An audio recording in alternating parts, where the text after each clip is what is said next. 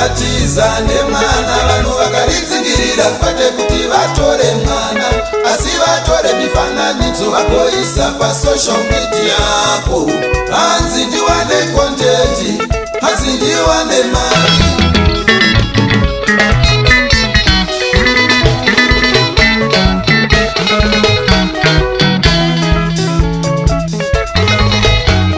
Kujoza munhu waipiswa nematai, vanhu vachitora mifananidzo. Iwe kuziza vamwe pazvaitika, taive tiripo. Maiwe munhu aoma moyo.